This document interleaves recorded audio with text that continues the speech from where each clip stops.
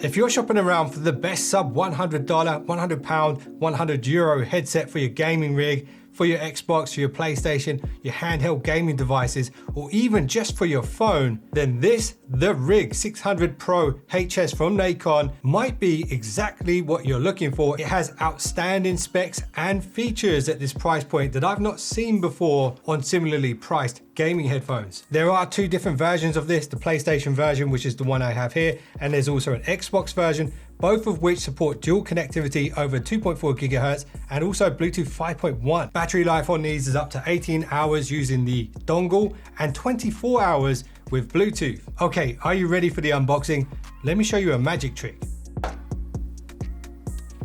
Here is everything that you get with the Rig 600 Pro HS in the box. You get a quick start guide, a little bit of warranty information, the headphones themselves, this very compact USB-C dongle, a USB-A to C adapter, so if you don't have a USB-C port on whatever you're using this on, you could use that instead. Also, if the dongle blocks one of the ports on the back of your computer, which you don't want it to, you could use this, USB-C charging cable, and a snap fit guide. And that brings me nicely onto an interesting design choice here on the Rig. Instead of the slidey headband adjustments that we see on a lot of other headsets, Rig have actually gone with the snap fit, so you can pop this out and adjust it to these three different heights depending on the size of your head. And I guess one of the advantages of this style of headband is if you put the headphones on with quite a bit of force, you're not going to accidentally adjust the height of the headband in the process. The build on the Rig 600 HS is largely constructed of high endurance plastics, and that's much the same as a lot of other more expensive gaming headsets that I've tested on this channel, and it definitely doesn't feel cheap in comparison to those. And Nacon say their headband is virtually indestructible, and it is incredibly flexible, I have to say. No creaking, no cracking, and I do like how they've added a good bit of padding right across the top. Some headphones just have it here in the middle, but this one's got padding all the way across, which is a nice touch. Something that I really like about these headphones is the concealed mic. So if you push here at the bottom, it pops out and it activates the mic when extended. And then when you push it back, the mic switches off, and you do get audio cues inside the headphone when that happens as well. So you'll know when the mic is active and when it's deactivated. And this is an omnidirectional microphone, and it does use background noise cancelling algorithms to block out any sort of ambient noise that might be distracting for other players. On the left ear cup is that hidden microphone, USB-C charging port, power button with LED indicator, a volume dial with nice little notches to it. We've also got a, what the hell is that button? On the left ear cup is the hidden microphone, USB-C charging port, power button with a red accent and an LED indicator there. We also got a volume dial which has some nice notches to it. And then we have this button which allows you to switch between the 2.4 gigahertz, the Bluetooth mode, and the dual connectivity mode, where you can have your phone and your gaming device connected at the same time. And then right at the top, we have a Bluetooth pairing button when you want to put the headphones into pairing mode to connect to a new device. The foam padding on the ear cups is wrapped in a soft breathable fabric, and the openings are big enough to encapsulate your ears entirely, which should help with passive noise cancelling. And on the right ear cup, printed on the inside, you'll see the letter R, indicating that it's the right hand side, so you know which way round you're meant to be putting them on. In terms of fitting adjustments here, we can adjust them this way, not so much on the swivel side of things, but actually that headband's so flexible that no matter how your ears are on your head, this should be able to adapt to that. And just behind the thin fabrics inside the ear cups is a 40mm driver, which is a good size driver and quite typically seen on very expensive gaming headphones. And these drivers do support a frequency response of 20 Hz to 20 kHz and a sound pressure level of 111 decibels. And I will let you know what my first impressions are of these headphones in comparison to my very expensive gaming headphones a little later on in the video. The weight of the Rig 600 Pro HS is just 240 grams, which is really nice and lightweight. They are very comfortable to wear. I think I might need to adjust them to the tallest setting, but there doesn't seem to be a whole lot of pressure on the top of my head here, even with the medium setting. And the clamping force isn't too crazy, and my ears do fit entirely inside, and that padding feels nice and soft. And I haven't got any gaps anywhere around the back. So passive noise cancellation is good. Now, when it comes to actually using the Rig 600 Pro HS, The preferred method for most serious gamers is definitely going to be the dongle.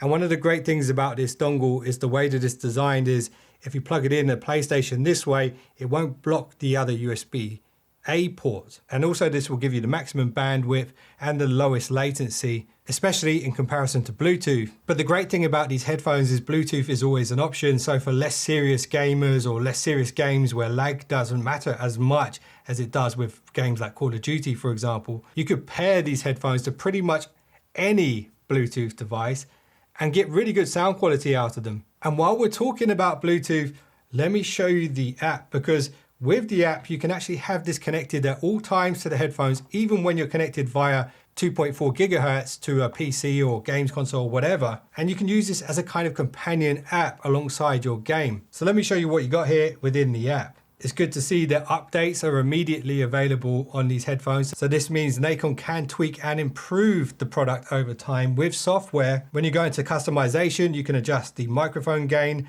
the microphone monitoring, so that will allow some of the microphone to be played back into your own headphones. There's kind of a child safety protection feature here as well, which limits the maximum volume level of the headphones, which could be very useful for parents. When you toggle on the expert mode, you have much more granular control over this. The equalizer is definitely something I'm a fan of. You get a standard 3-band equalizer here, but if you toggle on the expert mode, you get a 10-band equalizer. And within the app, you can also toggle between the dual mode, the game mode, and the Bluetooth mode. And you do get voice prompts inside the headphones. So it will actually speak to you to tell you what mode it's in, how much battery is left. If you push the power button here, you can find out at any time. And one of the greatest features here, in my opinion, is the ability to switch between profiles on the fly.